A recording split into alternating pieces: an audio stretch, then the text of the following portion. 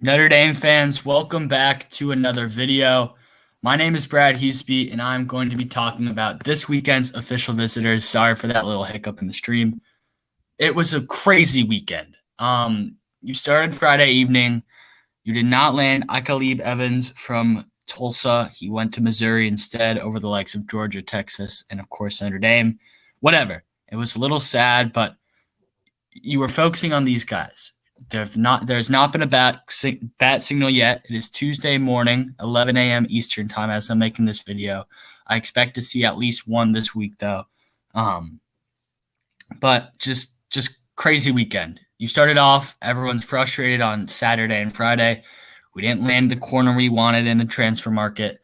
No bat signals yet. What's going on? But then Sunday things start to pick up. And here we are on Tuesday, and everybody's happy. There was the hiccup with Amorion Walker yesterday.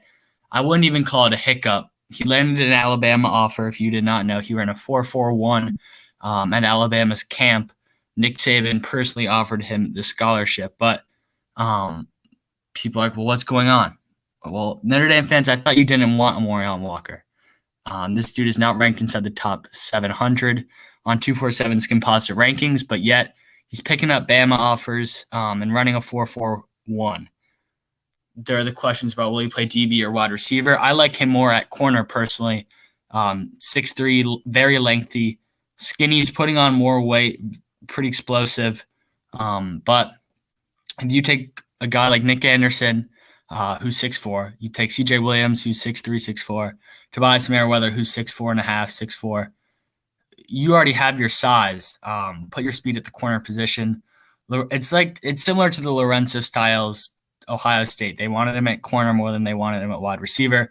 Notre Dame wanted him wherever. But I think at the end of the day, he wanted to play wide receiver in college, and that's why he chose Notre Dame. But let's go back and let's talk about these visitors. There are two guys currently on campus right now, by the way, Tyson Ford and Jalen Sneed. Ford is committed, loving it.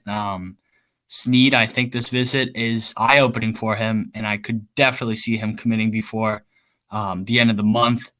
I think Sneed is probably the best player on the board, other than maybe Nwankpa. But Sneed is just a special player. I would be shocked if he's not a top 2 or 3 round pick, and I really expect him to be one of the best linebackers in college football in a few years. Okay, let's start with Devin Moore, the corner from Naples, Florida. Really impressive. I tweeted yesterday he's the most underrated player in the country. I stand behind that. I think Devin Moore is a top 75 or top 100 player personally.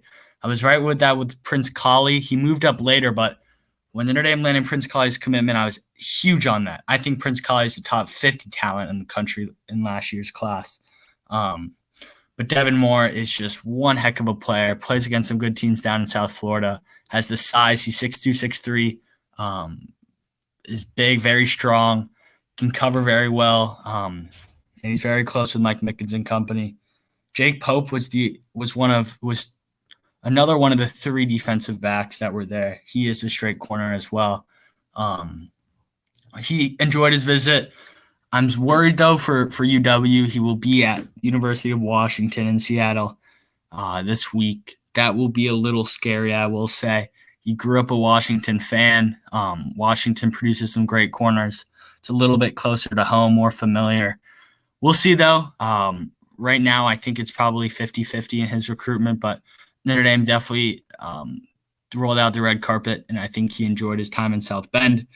Jake Pope was the third of 3 guys that was there, and I think Notre Dame took the lead with this visit. I think it's a straight 2-team battle between between UNC and Notre Dame at this point. UNC showed him some good things, but at the end of the day, I think Notre Dame is just better from a football standpoint. They've done better for longer. UNC's on the rise, but right now I do think Notre Dame will land him, but UNC could very well take him if Notre Dame gets a guy like Nwankpa to come on board, or Bellamy, or some of these other defensive backs that have yet to come on campus, Nikkei Martinez. Dallin Hayden, running back from Tennessee.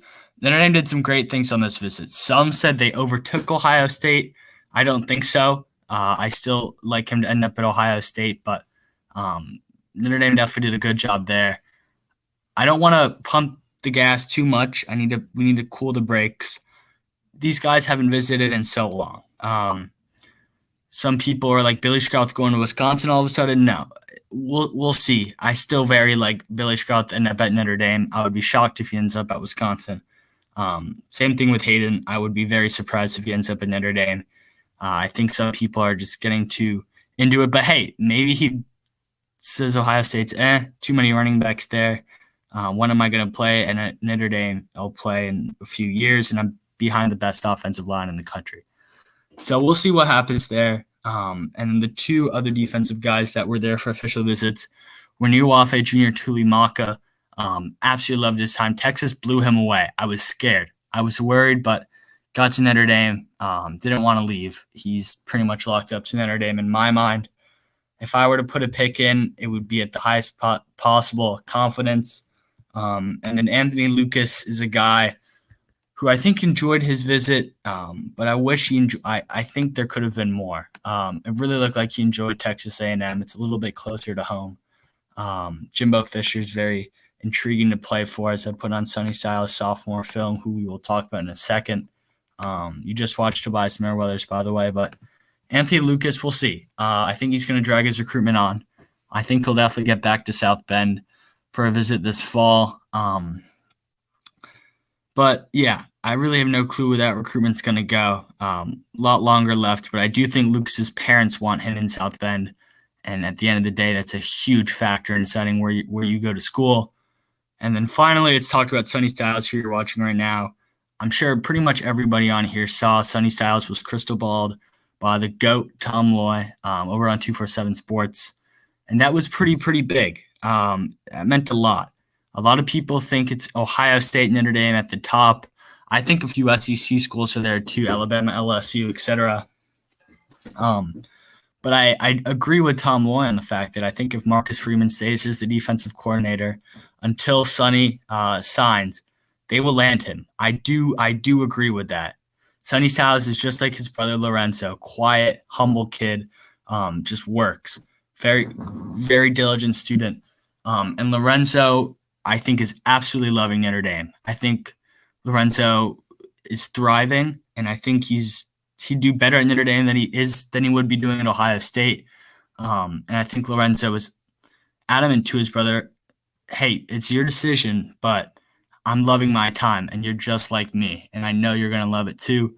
And that's huge, especially for brothers in the same family, whatnot. You got to think Lorenzo's a positive force for Notre Dame, but Freeman and company are making it clear we want you for you. Your brother doesn't even have to be here. We're still going to recruit you like you're our number one target, and I think he is. If Notre Dame can land Sonny Styles, they might have the best linebacking core in the country for years. You get Prince Collie in 2021, who I'm super high about. You get a guy like Snead in 2022. Joshua Burnham, I'm really high on too. 2023, I expect them to land at Drake Bowen, who I'm big on, but Sonny Styles, I think, is a top 5, 6, 7 player in the country. I'd be shocked if he's not a 5-star, and I'd be shocked if he doesn't end up a first or second round pick in the NFL draft in a few years. Just crazy for me to say that, but it's just true. So yeah, Sonny Styles unofficially visited. He was dropping his brother Lorenzo off at school. And I think things went very, very well there. So that's the video. Thank you guys for watching. I hope you enjoyed. I will have another official visit recap later this week, probably on Saturday or Sunday, most likely Sunday, so I can see these guys and what was happening. Snead will be included there, and I will also have a 2023 defensive target board video later this week, probably Thursday or Friday, that will have Sonny Styles on there. So that's the video, guys. Thank you for watching. Like and subscribe. That's it for me.